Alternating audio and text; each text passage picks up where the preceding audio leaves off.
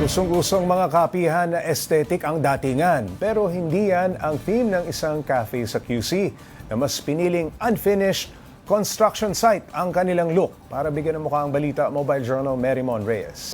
Lamesang gawa sa scrap woods, exposed na mga tubo, pasong mula sa lalagyanan ng pintura, upuan na toolboxes, at nakakalat na hardware supplies. Ito ang makikita mo sa kapehang Resonate.Coffee sa Katipunan Avenue QC. Mukha man siyang still under construction, pero ito talaga ang konsepto ng cafe. Ayon sa isa sa mga may-ari, nagmula ang ideya sa bansang Thailand kung saan ilan sa architectures nito ay may disenyong industrial at unfinished. Nagkataon din nag-game ang mga contractor nila sa konsepto, kaya para na rin itong collab nilang coffee connoisseurs at construction movers. Nung nakita na namin tong spot na to, nung pinademolish namin siya, nakita namin siyang bare, mas lalong naisip namin bagay talaga yung concept. Yung mga tables or yung ibang display, gamit siya nung mga nag-construct talaga. Kabaliktaran ng madalas na inaasahan ang brand na gusto nilang i-showcase. Binuksan nila ang cafe noong November 2, All Souls Day last year, at maging sa menu nila, gusto nilang ipakilala ang mga di gaanong sikat sa panlasa ng tao. Ang binili natin is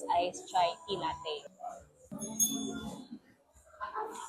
So, ultimo yung mga pader, yung mga lamesa, yung mga counters, even itong sahig, wala pa yung finishing, walang painting.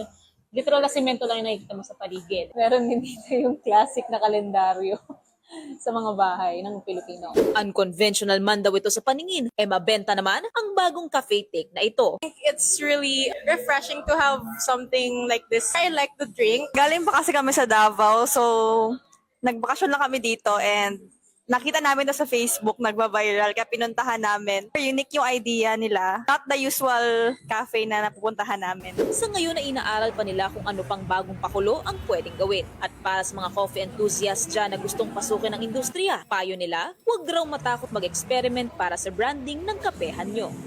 Sobrang dami na ng nagtatayong coffee shop ngayon. So mag-isip tayo lagi or huwag kayong matakot na mag-explore. Try lang tayo ng try. Beauty lies in the eyes of the beholder, ika nga nila.